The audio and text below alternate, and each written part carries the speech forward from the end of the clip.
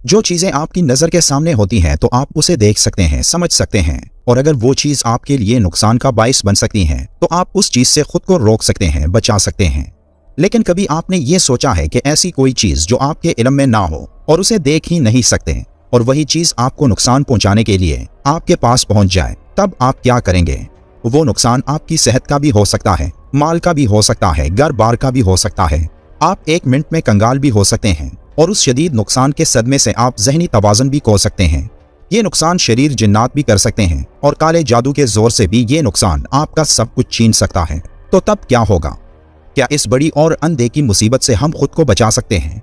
अल-मुअज्जमुल कबीर तिबरानी की जिल्द अव्वल में हदीस नंबर 541 में हजरत अबी बिन काब रज़ियल्लाहु ताला अन्हु बयान करते हैं कि मेरा खजूरों का एक कल्याण यानी एक बाग था। मैं देखता था कि रोजाना उसमें से खजूर कम हो जाती हैं। एक रात में उसकी निगरानी करने लगा। देखता हूँ कि एक शख्स नौजवान लड़के की शक्ल में जाहिर हुआ।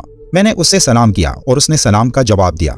मैंने कहा कि तू इंसान है कि जिन? उसने जवाब दिया कि मैं जिन हूँ। मैंने कहा अपना हाथ दिखाओ, तो उसने अपना हाथ दिखाया। क्या देखता हूँ कि उसका हाथ कुत्ते जैसा था और कुत्ते जैसे बाल थे।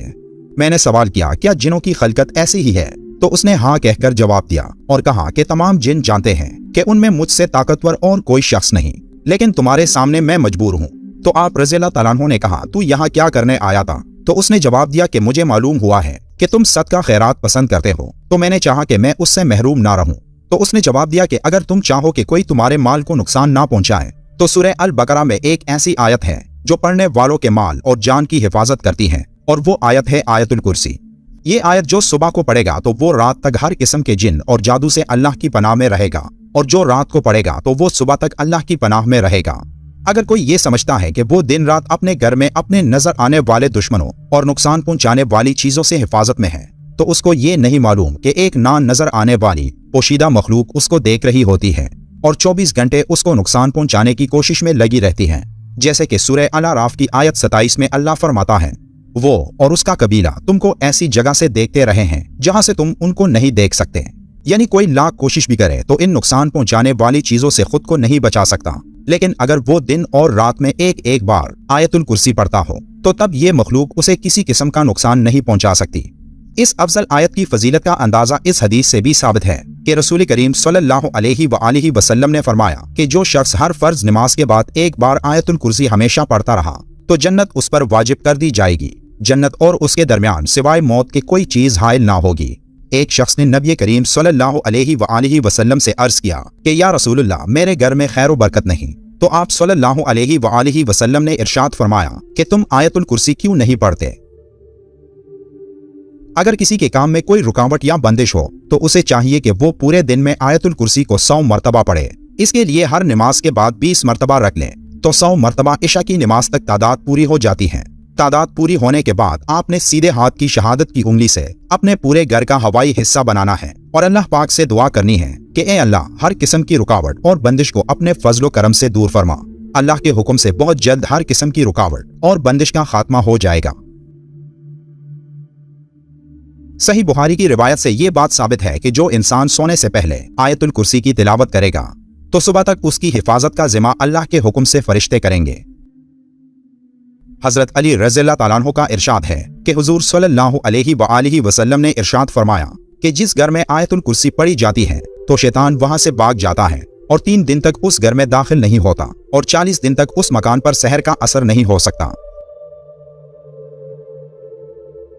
आयतुल कुर्सी की इतनी बड़ी फजीलत होने के बावजूद अक्सर लोग इसे पढ़ने में ऐसी गलतियां भी कर लेते हैं जिन गलतियों की वजह से आयतुल कुर्सी का असर नहीं होता और एक इंसान शर से खुद को महफूज नहीं रख पाता।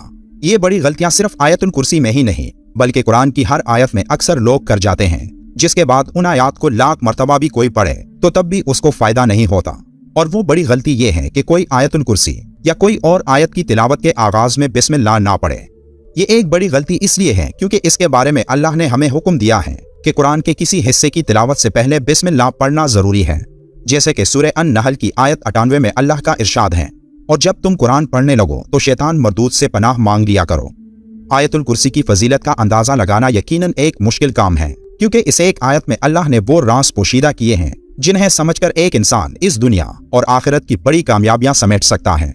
उन राजों के बारे में हम अपनी पिछली वीडियो में तफसील से बात कर चुके हैं, जिसे आप इस वीडियो के एंड स्क्रीन पर देख सकते हैं। इस एक आयत में अल्लाह ने उन तमाम चीजों को एक साथ रख दिया है जो एक अल्लाह की मलकियत में आते हैं, और कोई भी चीज अल्लाह के इल्म से दूर नहीं, बल्कि हर एक चीज उसके इल्म में है। इस आयत को कुरान मजीद की सबसे अजीम आयत कहा गया है।